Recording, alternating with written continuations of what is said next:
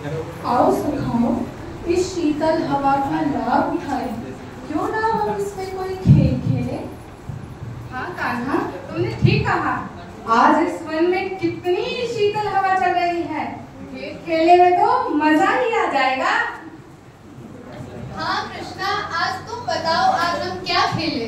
कल हमने चोर सिपाही खेला, उससे पहले पकड़म पकड़ाई। आज बताओ क्या खेले?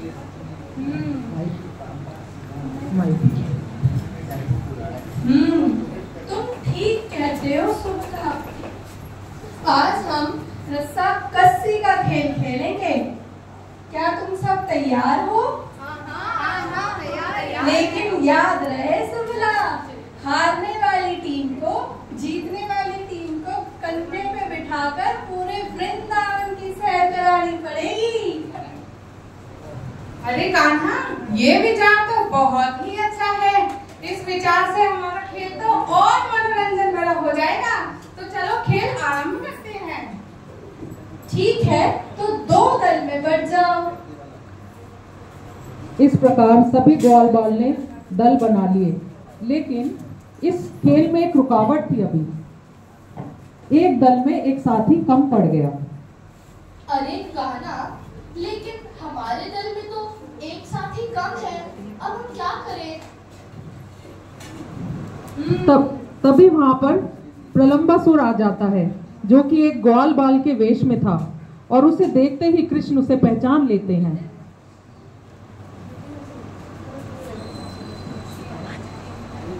देखो, आज तो नारायण ने भी तुम्हारी सुन ली। अगर आज तुम कुछ और भी मांगते तो भी वह पूरा हो जाता। कौन हो मित्र? तुम्हारा नाम क्या है? कहाँ से आए हो तुम? मेरा नाम प्रलंब है और मैं पास ही के गांव से आया हूँ। हमारे साथ खेलना पसंद करोगे? अवश्य। तो ठीक है, वैसे भी हमारे खेल में एक साथी की कमी ही थी। तुम्हारे आने से वो कमी भी पूरी हो जाएगी। तो तुम कृष्ण के दल में शामिल हो जाओ, ताकि हम इस खेल को आरंभ कर सके और विलंब ना करो। इस प्रकार प्रलंबासुर कृष्ण के दल में शामिल हो गया। तो देखते हैं कृष्ण के दल में, कृष्ण की टीम में कौन कौन सा है।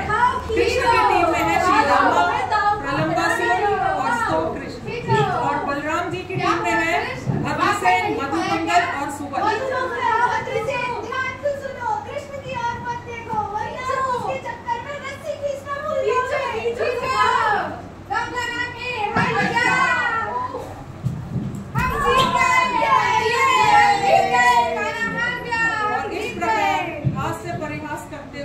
कृष्ण और बलराम ग्वाल बालों के साथ रस्सी कसी का खेल में आनंद लेने लगे, और बलराम जी के प्रयास से उनकी टोली जीत गई। चलो चलो कान्हा, अब तुम्हारी टोली हमारी टोली को वृंदावन की सैर कराएगी। चलो चलो। देखो सखाओ, मैं किसी को अपनी पीठ पे नहीं बिठाऊंगा। मैं महाराज नंद का पुत्र हूँ और वृंदावन का राजकुमार। तो मैं भला क्यों किसी को अपनी पीठ पे बिठाऊं? राजा हो गए अपने घर के, हम यहाँ सब समान हैं। चलो चलो अपनी पीठ पे बिठाओ। अरे कृष्णा, तुम्हारे ये नाटक यहाँ नहीं चलने वाले।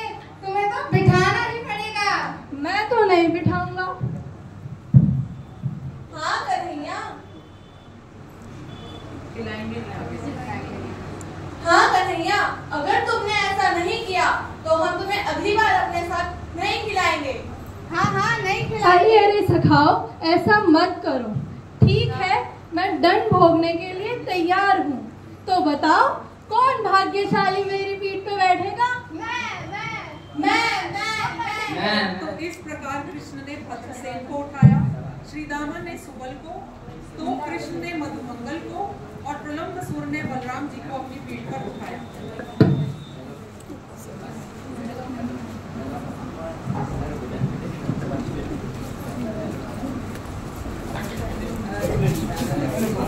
प्रलंबासुर ने बलराम को अपनी पीठ पर बैठाया और धीरे धीरे चलने लगा, लेकिन जैसे ही वह बाकी बालकों से दूर हुआ, वह तेजी से भागने लगा। मन ही मन सोचने लगा, इसे तो मैं सबसे दूर घने वन में ले जाकर खत्म कर दूंगा, और इसके भाई को भी। अरे रुको सखा, मुझे लगता है कि हम बाकी टोली से दूर हो गए हैं।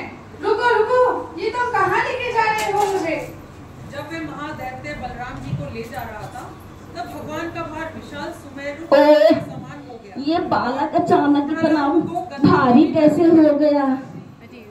अच्छा, लगता है मुझे अपने असली वास्तविक रूप में आना ही होगा। तब प्रलंबासुर ने एक तेजोमय शरीर धारण किया, जो बिजली से चमकते तथा हे बालक, तू मुझे मारने आया था। आज देख मैं तेरे साथ क्या करता हूँ। आज तो कंस बहुत प्रसन्न होंगे। दुष्ट राक्षस, इससे पहले कि तू हे बालक, आज मैं तेरा गाल बनकर आया हूँ। आज मैं तेरी चटनी बनाऊंगा। दुष्ट राक्षस, इससे पहले कि तू मेरे वृंदावन वासी और मेरे कान्हा को कुछ करे, मैं तेरा अंत यही करता हूँ। तब भगवान क्रोधित हो उठे और उन्होंने अपने कठोर मुक्के से राक्षस के सिर पर उसी प्रकार प्रहार किया। इस प्रकार देवताओं का राजा इंद्र अपने वज्र से पर्वत पर प्रहार करता था। बलराम के मुक्के से इस प्रकार कुचले जाने पर प्रलंबासुर का सिर तुरंत फट गया। उस राक्षस ने अपने मुख से रक्त उगल दिया और उसकी सारी चेतना नष्ट हो गई। फिर वह बड़ी ध्वनि के साथ निर्जीव होकर भूमि पर गिर पड़ा, मानो इंद्र द्वारा ध्वस्त किया गया पर्वत हो। और ग्वाल बाल यह देखकर अत्यंत आश्चर्यचकित हुए कि किस प्रकार शक्तिशाली बलराम ने प्रलंब राक्षस का वध कर दिया है। अरे ये क्या हुआ? इतना बड़ा राक्षस! देखो सखा, ये क्या हो गया?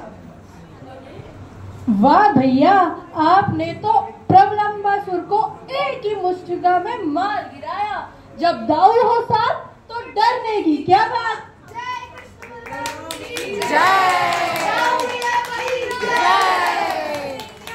दाऊ जी के भैया कृष्ण कन्हैया, जी के भैया कृष्ण कन्हैया, कृष्ण कन्हैया, दाऊ जी के भैया, कृष्ण कन्हैया, दाऊ जी के भैया, कृष्ण बलराम की जय। जय। तो पापी प्रलंब के मारे जाने पर देवताओं को अत्यंत प्रसन्नता हुई और उन्होंने भगवान मालाएं बरसाई तथा उन्हें श्रेष्ठ कार्य करने की प्रशंसा की।